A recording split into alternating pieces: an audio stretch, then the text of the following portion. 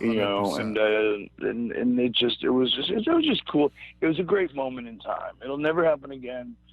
And that's too bad. And I don't mean the hardcore stuff. I mean, I can go without the hardcore stuff, but just the vibe of it itself was really neat. And Heyman is I personally have no heat with him, but he's a snake. He's a very savvy. He is. He's a scumbag. I've thought that about Paul in the past. He seems like a different cat these days, man. I'm just being honest with you. He isn't. You want to know? I've told you this before. Remember Al Pacino in The Devil's Reject? Yeah, of course. Do you remember? That's him.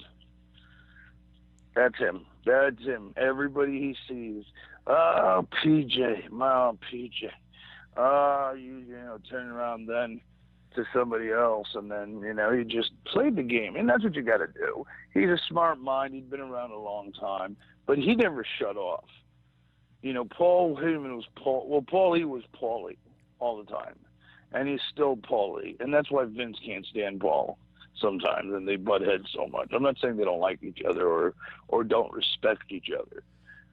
But the only thing that makes me sad, and I'll go on record because I had a conversation with Steve Austin about this recently on one of his shows, is that Paul had known that this was all going down, that it was Vince running the show for over a year. And I was making $3,000 a week. Now, mind you, that's not a lot of money. That's a lot of money, you know, outside of well, WWF. It is, but it's not X-Pac, it's not DX money or NWO money. But it's good. Sean, I was working Fridays and Saturdays, staying at home every night. You know what I mean? Yeah. Old school kind of territory days. You know, I was home every night. Maybe a Sunday we'd squeeze in. So to me, you know, under the table. Are you kidding me? You know, so it was great, and you know, and even Dreamer, who was giving us the please don't leave, when finally the last pay-per-view happened, I called Jim Ross, and then I was looked in, and Paul called me. I can't believe you did this to us.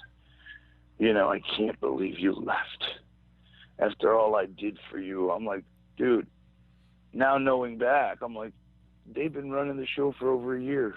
Vince is just bankrolling all of this. And my wife was running merchandise. Dreamer literally had my wife have 2 envelopes. One for the loan shark. We call, here in the Italian area, we call them Shylocks. Right. She had one for the Shylock and one for Paul Lee. You know, she had like $50,000 in one, like $20,000 in the other, you know. Right. And she's like, don't give the big one to Steve Carroll. I mean, there was some shady shit. If I'd have known, I'd have had that bitch stuck in her bra. Anyways. Hey, the person that makes the most money in wrestling is the one that counts the money first, Peach.